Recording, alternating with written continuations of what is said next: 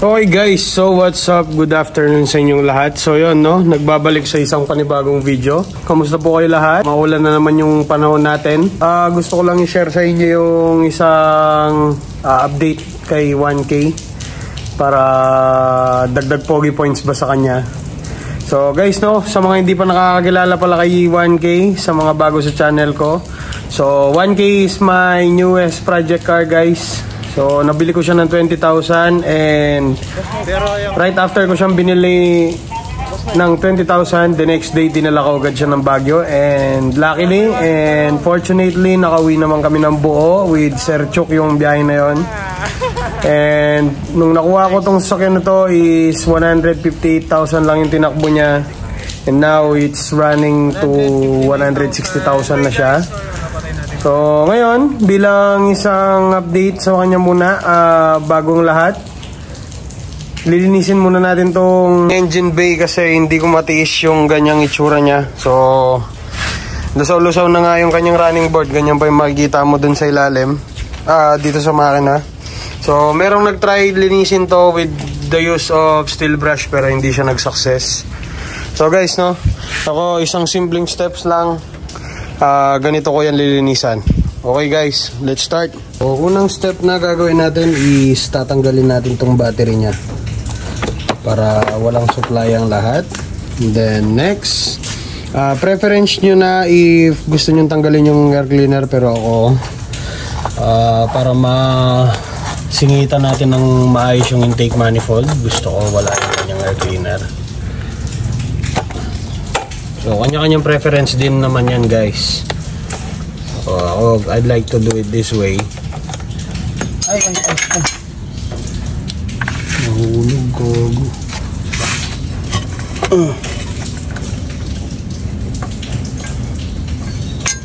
Ayan. Okay.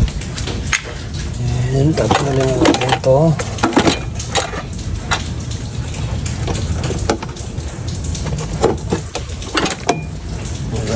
So yan na natin po re-up na engine. Wait lang. So bago lahat, gusto ko lang ipakita sa inyo yung real condition ng kanyang engine bay. Ayan siya. So nangingitim, may mga bugal, ganun. You know, may naglinis dito ng steel brush pero hindi siya nag-success. So yan guys no, bali ito yung mga before natin na clip. Gagawa muna ako. Let's go.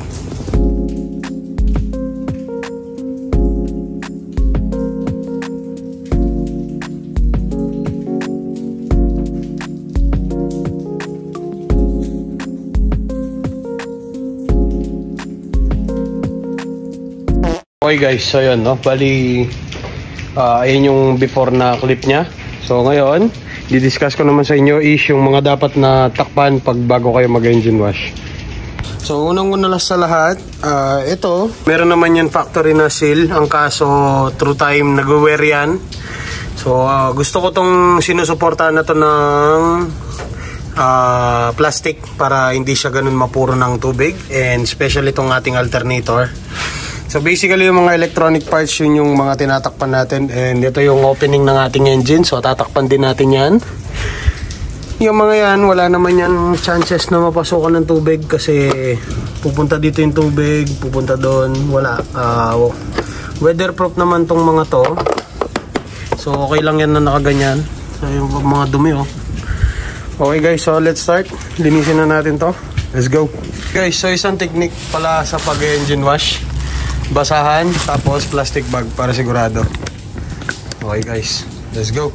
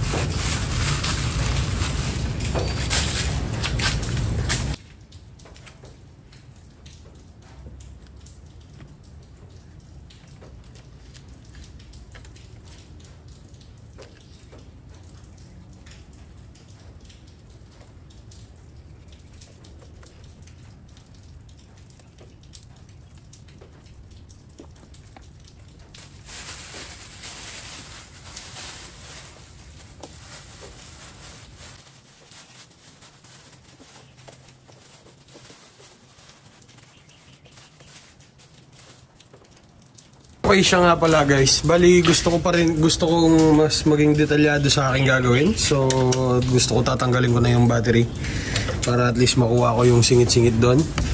Pati itong kanyang water reserve, washer, whatever. So, tatanggalin ko lahat yan para at least maging accessible tayo lahat sa bakal-bakal na yan at matanggal natin yung mga itim-itim na yan.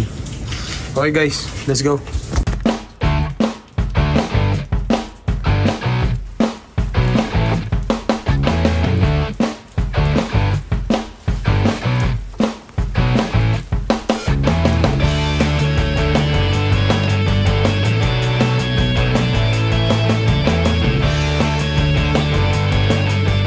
Okay, so yun guys, bali natanggal ko na yung mga dapat pantanggalin dito.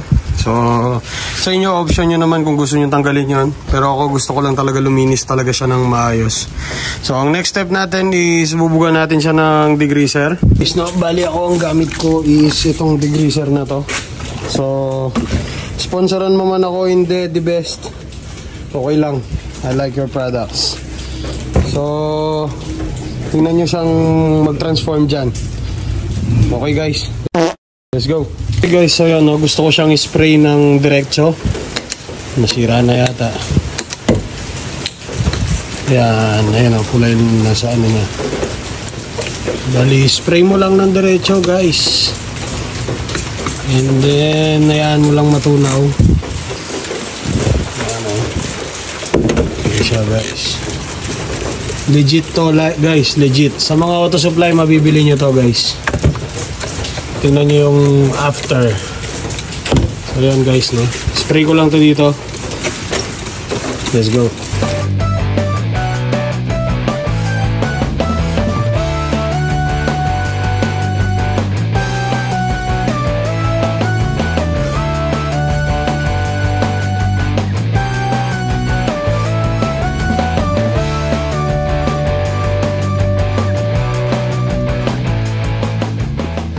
Guys, bali naka-apply na siya. So kung makikita nyo, yun o. So hayaan mo lang siya mag-react dyan. Tapos babanatan natin ng pressure wash mamaya. So wala muna tayong gagawin na toothbrush or whatever. Puro-purong babad lang guys. So susubukan natin kung anong mangyari. Let's go guys. Okay guys, bali ito na, no. Actual testing ni degreaser. Let's go. Oh, loading. Gagi. Wait lang guys ha. Bleed out ko lang.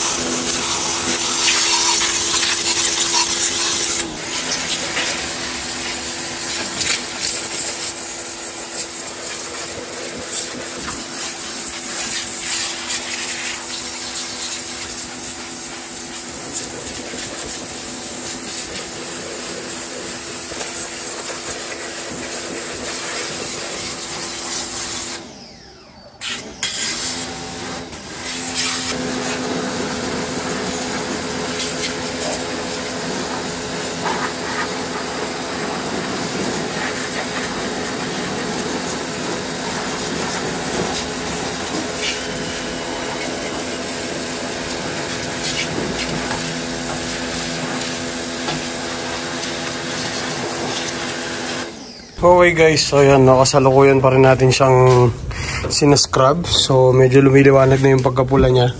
So medyo in-underestimate ko ito ng konti guys, ang tigas pala. Ayan, kailangan siyang manumanuhin bago mo siya makuha lahat. Ako parang undercoat or something. Pero yung engine natin guys, pumuti na siya. So titake out ko lang yung pinakakakayanin ko, yung mga nangingitim-ngitim na yan. Para ano, at least naging light na yung pagka-red niya. Tsaka yung engine guys, sa linis oh. Okay guys, let's go.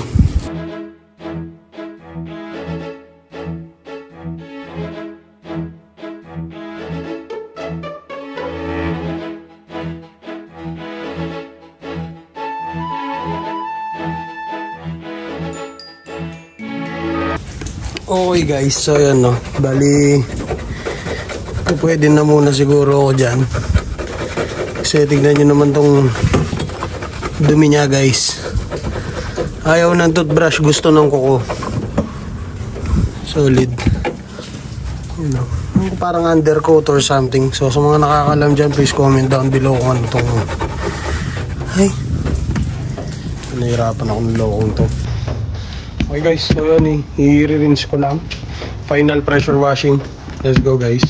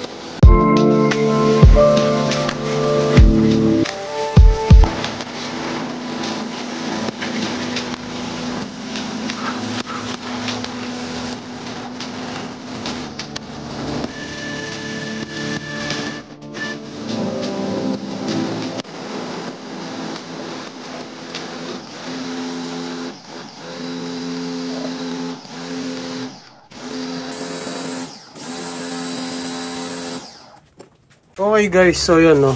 Tignan nyo naman tong ating experiment. Ayun no, wala siyang kabasa-basa sa loob. Okay, so ito naman dito sa alternator.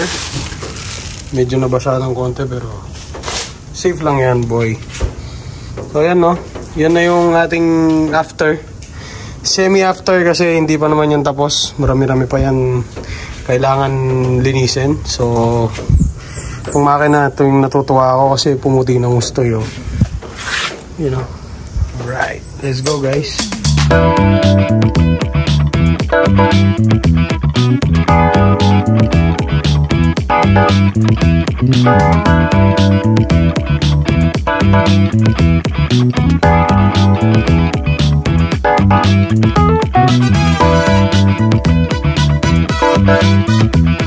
Okay guys, so yun no, bali syempre ang pinaka hinihintay nyong pagkakataon. So yun no. Under ba? Under kaya to. Kahit ako di ko alam eh. Susubukan natin kung under siya guys. Kukuha na ako ng SIM. Let's go. Walang edit to guys ha. Diretso lang to. 2 pumps. Yun. Palyado lang siya. Yun lang. Okay, so syempre titingnan natin kung ito lang naman yung hindi ko tinakpan eh. So bubuksan ko lang sandali. Siguradong may tubig sa loob yan. Importante umandar siya. Let's go. Ayan siya. So yung isang terminal niya lubog sa tubig. So normal naman yun. Kaya kung gusto nyo mag-engine wash ng kotse nyo, siguraduhin yung kaya nyo gawin to. Kung hindi, ngangawa ka na naman, nasira yung kotse mo. Let's go. Guys, so ano, naibalik na natin. So susubukan na naman natin siya. For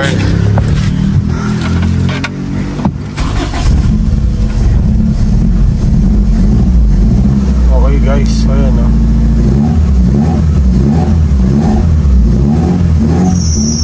Okay.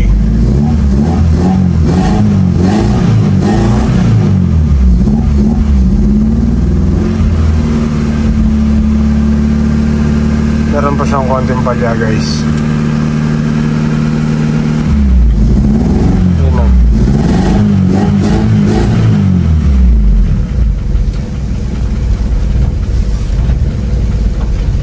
Let's go.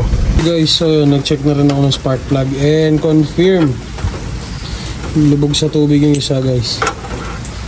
Ayan, no, lilinisin ko lang. Okay na to nyan. Alright. Hey guys, so yun, no, once again malinisan na natin yung mga spark plug nya. Hey, once again guys.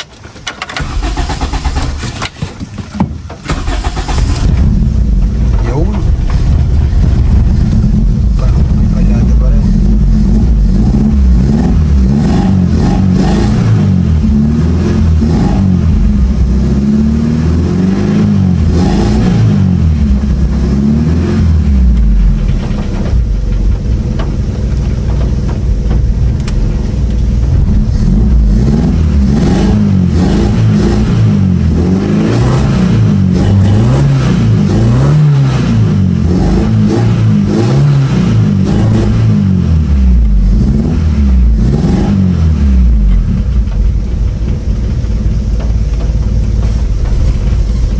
Guys, ano, umusok na siya tapos nababaliw-baliw yung andar niya guys, oh. Ayun, oh. So, kaya mo lang uminit pag ganyan. Tapos pagka nag-steam out na lahat ng moisture, okay na yan. Let's go guys. Okay guys, so yun, no, 160 na sakto si 1K guys. Ganda niya tignan, no. Solid.